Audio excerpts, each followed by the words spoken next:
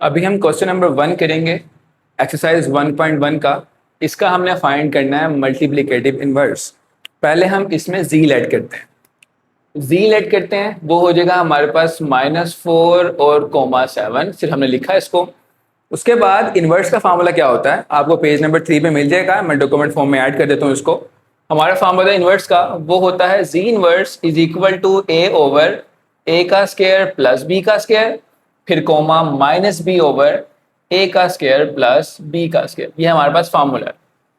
अब हमने इसका फाइंड करना है। जी इनवर्स पहले ऐड कर लेंगे, हमारा जो ए होता है और बी क्या होता है, मतलब फर्स्ट वैल्यू हमारे पास ए होती है और सेकंड वैल्यू हमारे पास बी होती है। अब फार्मूला लिखते हैं यहाँ पर। फार्मूला क्या है हमारे पास, G inverse is equal to A over A का स्क्वायर प्लस बी का स्क्वायर और फिर comma minus B over A का स्क्वायर प्लस बी का स्क्वायर। ये हमारा फार्मूला है। वैल्यू पुट करते हैं इसके अंदर हम। ए की वैल्यू -4, नीचे क्या आ जाएगा -4 का भी स्क्वायर और फिर 7 का भी स्क्वायर, फिर कोमा आ जाएगा, फिर माइनस फार्मूले का और बी की वैल्यू हमारे पास 7 है और नीचे आ जाएगा -4 का भी स्क्वायर और फिर 7 का भी स्क्वायर और ये ब्रैकेट इसको बंद कर देंगे हम। ओके, उसके बाद क्या हो जाएगा हमारा, सोल्व करते हैं इसको। -4 एज इट इज रहेगा, 4 का स्क्वायर माइनस है तो प्लस हो जाएगा। 4 का स्क्वायर 16 होता है हमारे पास, ये आ जाएगा 16 और 7 का स्क्वायर होता है 49 क्योंकि 7 7 से 49 होता है। -7 एज इट इज रहेगा, 4 का स्क्वायर 16, ये कॉपी पेस्ट होगा हमारे पास 16 और प्लस 49। ओके, अब इनको बस ऐड कर लें तो आपका आंसर हो जाएगा। तो जी इनवर्स का आंसर आ जाएगा -4 ओवर, इनको ऐड करें 9 6 15 5 1 कैरी, ये हो जाएगा 65। ओके, और यहाँ आ जाएगा -7 ओवर 65।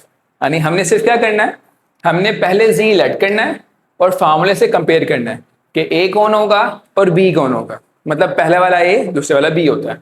उसके बाद फार्मूला मैच करना है, पेज नंबर 3 पे लिखा होता है फार्मूला ये वाला। फिर हम क्या करेंगे, फार्मूले का वैल्यू पुट करेंगे, ए की वैल्यू -4 और इन दोनों का स्क्वायर, फिर अगेन बी की वैल्यू 7 माइनस फार्मूले का आएगा और दोनों का स्क्वायर। उसके बाद दोनों का स्क्वायर लेंगे, उन दोनों को ऐड करेंगे तो हमारे पास ये जो आंसर आ गया ये इसके इनवर्स का है। ओके, अच्छा हम ना ये सवाल करते हैं क्वेश्चन नंबर 2 है इसका, उसमें सेम लिखा हुआ है, let's suppose first value √2, second value √5, साथ माइनस भी है। सेम कॉपी पेस्ट करेंगे। पहले हम करेंगे, लिखेंगे हम पहले लेट करेंगे जी के साथ, ये आ जाएगा √2 और आ जाएगा -√5, ये हमारा ऐसे ही आ जाएगा।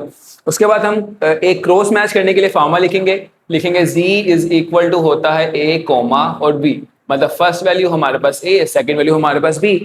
फिर हम क्या करेंगे, फार्मूला मैच करेंगे, ये वाला फार्मूला लिखते हैं यहाँ पर हम, वो होगा जी का inverse is equal to A over A का स्क्वायर प्लस बी का स्क्वायर और उसके बाद माइनस बी ओवर ए का स्क्वायर प्लस बी का स्क्वायर। ये हमारा फार्मूला है, फार्मूला आप याद कर लेंगे। फिर नीचे में जो है कि हमारे पास वैल्यू पुट करते हैं जी इनवर्स में, ऊपर आ जाएगा हमारे पास ए का मतलब √2 और नीचे क्या आ जाएगा, ए का मतलब ए का स्क्वायर मींस √2 का स्क्वायर, सेंटर में आएगा प्लस, फिर आएगा -√5 का स्क्वायर, फिर कोमा आ जाएगा, माइनस मतलब ये माइनस और एक आएगा सवाल का माइनस, मतलब एक फार्मूले का माइनस एक उसकी वैल्यू का माइनस, और नीचे आ जाएगा हमारे पास √2 का स्क्वायर, मतलब ये चीज रिपीट होगी।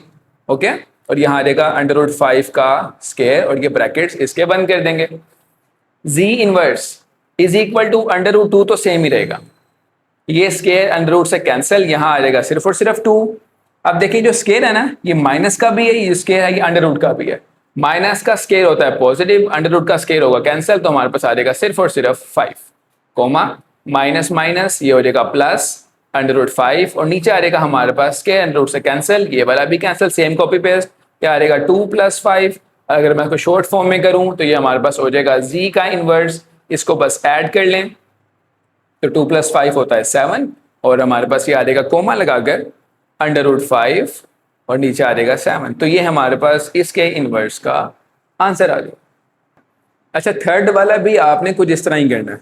सबसे पहले हम इसका जी लेट कर लेंगे, जी लेट करेंगे वो हो जाएगा हमारे पास 1,0।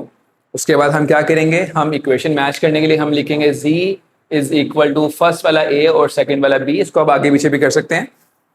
उसके बाद फिर हम लिखेंगे जी के इनवर्स का फार्मूला जो हमारे पास यहाँ लिखा हुआ है, वो लिखेंगे हम यहाँ पर, इस हर सवाल में लिखना है आपने आसानी के लिए। a ओवर a का स्क्वायर प्लस b का स्क्वायर, हमेशा प्लस आएगा यहाँ पर, फिर comma minus b over a का स्क्वायर प्लस b का स्क्वायर ब्रैकेट्स बंद। वैल्यू पुट करते हैं इसके अंदर हम।